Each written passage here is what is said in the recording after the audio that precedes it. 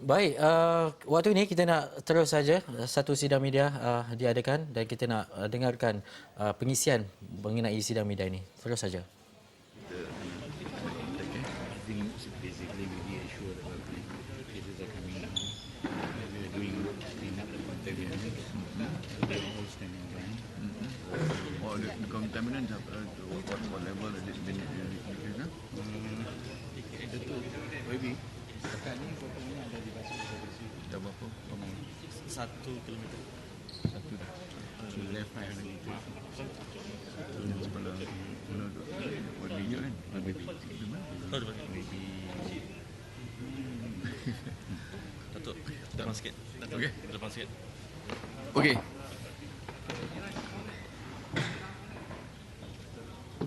Kita dekat GCC lah. GCC kita kan? Yes. Okey. GCC. Kita dah baru kena sini ya? Ya, baru 2 hari. From Pasir Putih dan Taman Kita Pasir Putih. Pasir Putih kan? Mobile. Yes. Okey. Boleh ya? Kita mula. Assalamualaikum dan salam sejahtera semua. Dan yang berhormat kita dua dan Datuk Datuk Chong, Datuk Syafiq ya. Dr. Salahuddin selaku pengarah Jabatan Kesihatan Negeri dan pimpinan-pimpinan yang lain ya. Terima kasih kawan-kawan media yang terus ya memberi liputan untuk memberikan penerangan, pencerahan kepada seluruh rakyat Malaysia yang memerhatikan ya, episod ini di Pasir Gudang ini. Untuk petang ini saya terus akan memberikan fokus ya kepada data-data yang terkini ya. Sementara pembersihan sedang dilakukan ya, ianya sudah hampir 1 kilometer diberi faham. Saya laku ya Menteri Kesihatan akan memberikan fokus kepada hal-hal kesihatan dan perubatan ya. Jadi yang itu ditangani oleh rakan saya Menteri ya YB Yobehin ya. Untuk pengetahuan semua ya, kita pun baru 2 hari bermula beroperasi di sini our ground command center ini ya. Pada kita pindah daripada Taman Pasir Putih itu ya. Now we are just getting really in gear di sini. Untuk pengetahuan semua secara kumulatif sejak ya 7 Mac ya adalah right up until pukul 2 petang tadi, 2 tengah hari tadi, 2 petang tadi, jumlahnya adalah 3976 ya cases yang datang. Ini cases ni adalah seluruh ya, bukan saja dari fasiliti kami tetapi seluruh Pasir Gudang dan mengambil kira juga kesalahan yang lain ya. Dan untuk pesakit luar ya, kita jumlahnya adalah 227 untuk sehingga pukul 2 petang tadi. Dan yang kita warded atau kita masukkan ke dalam ward adalah 17 yang terkini ya. Lalu jumlah pesakit luar dan warded kita adalah 244. Yang pentingnya adalah masih lagi 8 bangsa atau pesakit di ICU dan yang mustahak adalah tidak ada seorang pun yang under ventilation ataupun tak ada ventilated patient ya, tidak ada siapa pun yang under intubated ataupun bantuan pernafasan ya, lebih tepat lagi bantuan pernafasan. Jadi semua sudah pulih dan jauh lebih baik ya.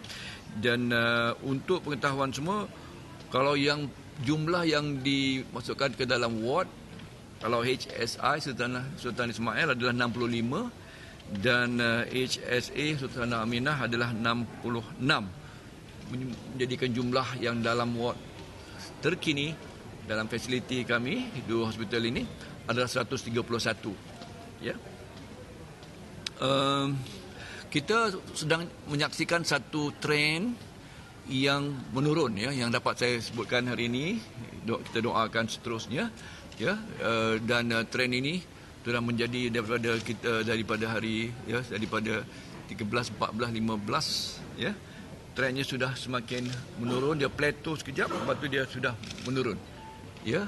Dan ini satu trend yang baik Dan meskipun proses pembersihan sedang berlaku, nampak tak ada pula apa yang diistilahkan satu masa disebutkan sebagai teori, ketika kita bersihkan mungkin juga akan berlaku reaktivasi, ya, tetapi tidak disaksikan, ya. Itu adalah apa yang sehingga kini boleh kita katakan sebagai trend, ya, sehingga pukul 2 petang tadi, ya. Saya hanya menyebutkan itu dahulu. Kalau ada soalan, ya. Difahamkan trend menurun, tapi ada yang mengatakan di hospital Tanah Nur Zahirah Kuala Terengganu ada beberapa pesakit mengalami simptom yang sama dan kuarantin, dan mungkin ini dari pasti budak boleh tak ada sisah. Mungkin juga mereka yang pernah, saya tidak boleh pesahkannya, lagi saya tidak dapat pengesahan itu, tetapi adalah munasabah kalau mereka datang di kawasan Pasir Gudang ini dan kemudian kembali ke negeri masing-masing, ya, mungkin saja kesan-kesan seperti itu juga boleh diperhatikan dan mereka juga boleh mengalami. Kesan-kesan itu adalah sangat boleh kita jangka. Kesan-kesan seperti, ya, kesan-kesan respiratory, kesan-kesan saraf, saraf sentral, ya, juga mungkin juga ada yang kesan-kesan mata, khususnya iritan kepada mata, ya, sesak napas, batuk, ada yang mungkin juga muntah, ya, tapi itu adalah seperti mana yang telah kita sebutkan lebih awal, those are very simptom-simptom yang berlalu, ya, mudah dirawat, ya, dan kita pun telah merawat banyak kes seperti itu, ya. Yang paling kita khawatiri adalah yang memerlukan admission dan khususnya di ICU. Itu yang paling kami khawatiri. Sejak awal saya mengatakan bahawa yang paling bahaya adalah yang pasien-pasien seperti itu. Saya mengakui bahawa mungkin saja pasien yang seperti ini keluar pada Johor, dia akan, dan kita minta lah mana pun mereka supaya mendapat rawatan. Rawatan itu mungkin rawatan yang agak simptomatik juga, ya. Mudah, ya, terus. Ya.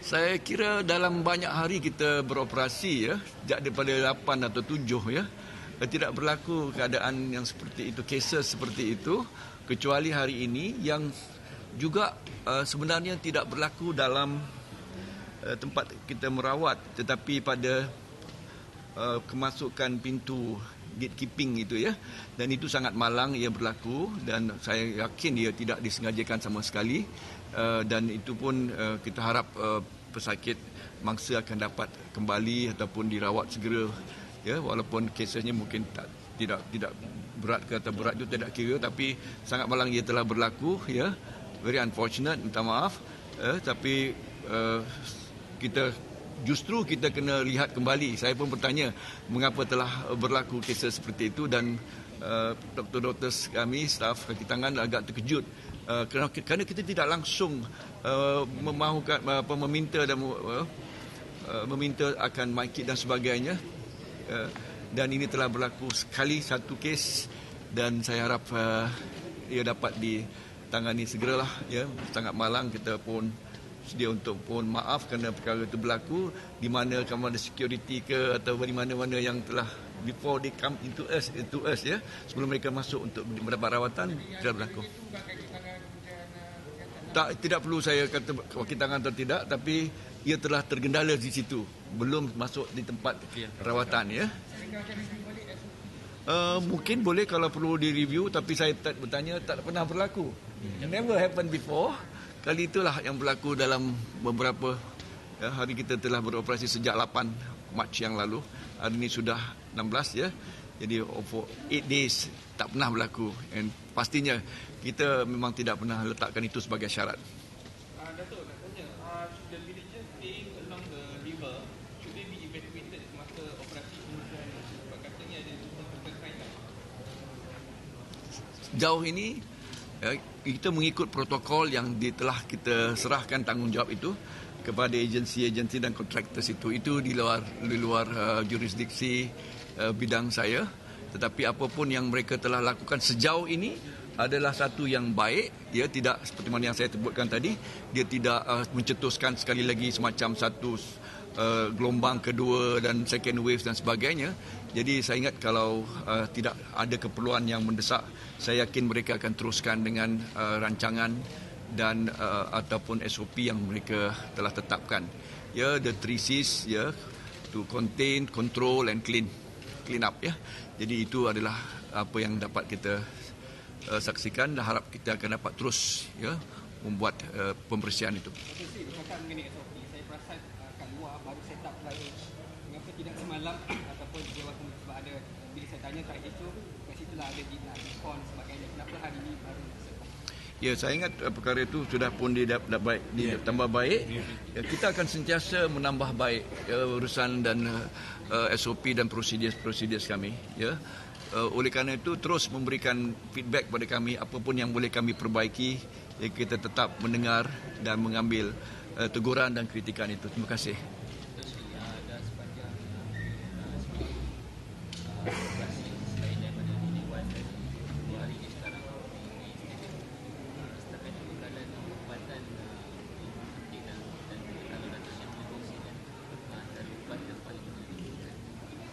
Ya. Bekalan ubat-ubatan kita, saya tadi bertanya di pihak farmasis, ya, tidak ada masalah dari sudut supply. Yang menjadi masalah sedikit dahulu 2-3 hari lalu adalah kerana kita menggunakan Sinokit itu, yang kita hanya ada dalam 10 kit itu, dan itu pun kita telah menggunakan 3. Kita ada hanya 7 dan insya-Allah kita tidak menyaksikan lagi cases mangsa-mangsa cyanide. Ya. Ya, kita juga telah pun buat rancangan untuk mendapatkan daripada hospital-hospital lain. Ya, yang lain itu naloxone. Ya, anti-emetic. Ya, anti-emetic lagi. Anti-tussif, anti-cough. Ya, begitu je. Yang semua adalah Symptomatic. symptomatic treatment saja. Anti-emetic tu yang untuk muntah, ya. Apa lagi Batuk. cough, ya, dan cough apa lagi yang Then we give them ORS. ya, pening kepala. Pening kepala, Panadol. What else we? Eye irritation dan adalah itu semua adalah treatment biasa, ubat-ubat symptomatic treatment saja, ya. Tidak ada nothing yang special except yang saya sebutkan tadi, Sinokit tu. Ya, yang tahu. Iya. Sebenarnya yang pertama yang kita dapat tu daripada Pahang. Satu Sinokit itu berharga 6,000. Okey. Monday we will be getting 50. Saya diberitahu, ya, Isnin akan kita dapat. Ya. Baik. Sebelum ada lagi yang lain? Bagus kalau tak ada. Saya mengambil kesempatan ini mengucapkan jutaan terima kasih, ya, kepada semua NGOs yang telah terus memberikan sokongan kepada usaha-usaha ini daripada Imarat. Imarat juga memberikan, ya, menderma menyumbang ini berapa tadi, 100 of this what do you call this, dipanggil apa, respirator apa yang punya, ya, agak canggih, ya, telah mereka bawa 100 respirator ini, dan juga daripada Mercy, daripada psychological group tadi apa ya, Psychology first aid. Psychology Daripada first Kementerian aid, Kesihatan Malaysia. ya, ini over and above golongan daripada JKM. Ya, JKM dan, ya, semua, ya, dan juga kawan-kawan media yang terus memberikan, sokongan dan liputan yang sangat baik untuk membuat penerangan kepada semua. Ya, kalau I know, they didn't ask. Ya, ada yang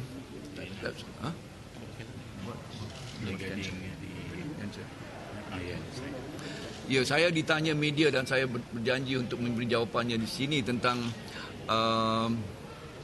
apakah kesan-kesan kimia ini adalah ada punya kesan yang kejauh, khususnya tentang kanser, ya. Saya diminta untuk memberikan komentar. Tak ada pula yang bertanya sini, dan okey, terus terang saya sebutkan, ya, kita berdepan dengan satu episod keracunan bahan kimia secara akut.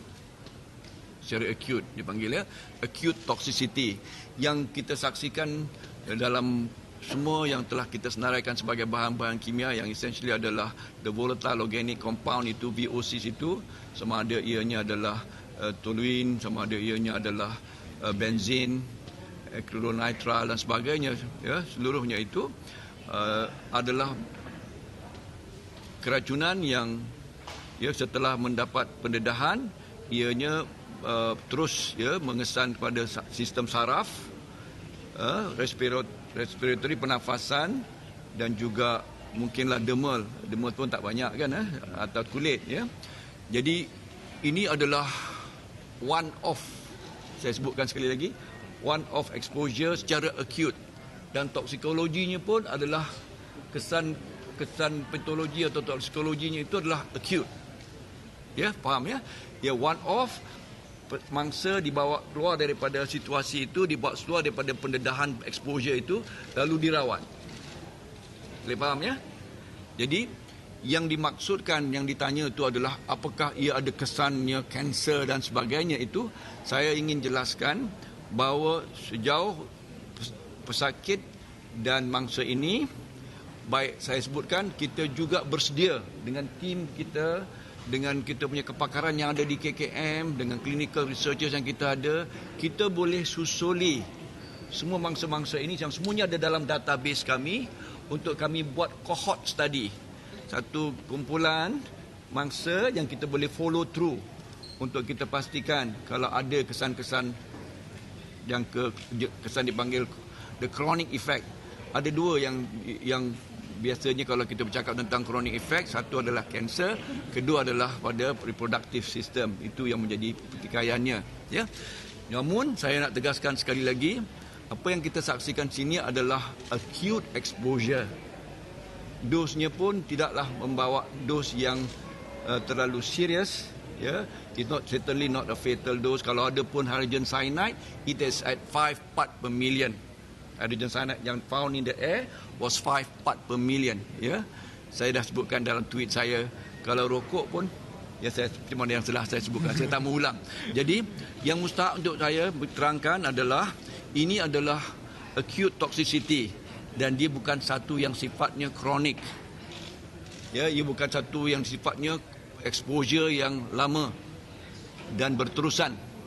Ya, yang merupakan satu yang boleh mencetuskan kanser. Betul, benzin itu adalah carcinogenic, it's a human carcinogen, but benzin, kalau tuan tahu, every time you go and put your gasoline gas, minyak tu, you are also exposed, tapi pada kadar yang sangat rendah, ya. Jadi dengan kata lain, saya memberikan sedikit peringatan kepada semua kawan-kawan yang dalam sosial media, walaupun terbaca tentang benzin ni karsinogen dan sebagainya adalah karsinogen, ini bukanlah satu yang bersifatnya exposure secara kronik. Ia adalah satu yang acute. This is acute toxicology, acute toxicity. Jadi apapun saya sebagai menterinya dan facilities yang ada di KKM, ia adalah satu yang boleh kita buat cohort studies untuk memastikan bahawa mangsa-mangsa ini dapat kita kenal pasti akan kesan-kesan kronik dan jangka jauhnya. Okey? Saya ingat itu saja yang nak saya sebutkan. Saya tak perlulah pergi detail-detail tentang lain hal-hal sebab apa, nanti boleh itu jadi kuliah pula. Jadi saya sedia saja sebab ini perkara yang merupakan carcinogenicity dan kanser ni adalah bahan yang saya kaji satu masa dahulu. Baik, ya. Jadi kalau begitu, kalau tak ada yang lain, kita, ya, saya terus mengambil kesempatan merakamkan jutaan terima kasih juga kepada semua pakar-pakar yang telah memberikan sumbangan, ya, sama ada daripada universities, ya, universiti tempatan, UTM, UKM dan semua, ya, environmental scientist, chemist, semualah, ya, yang telah memberikan sumbangan dan bekerjasama dengan YB Bihin juga, ya. Kami sangat merakamkan pengiktirafan pada mereka dan terus untuk mereka membantu kami melahirkan protokol-protokol dalam menangani gejala ataupun menangani episod keracunan kimia ini yang belum pernah, pada tahap ini belum pernah kita saksikan. Sekali lagi ucapan tahniah kepada semua yang telah memberikan sumbangan pada kami, ya. yang saya sebutkan tadi, dan kepada YB terima kasih, dan kepada anggota saya di Kementerian Kesihatan, they have been working very hard. Ada seorang yang saya jumpa itu dia tak pernah berhenti sejak berlaku lagi, dan doktor kepada the driver Faris, driver ambulance. driver ambulance tu, the doctors are still here. Faris mungkin dah alhamdulillah sihat, tapi the doctors are still. Jadi kita rakamkan jutaan terima kasih dan syabas kepada mereka semua. Terima kasih atas. Okay, I believe that's right. Thank you.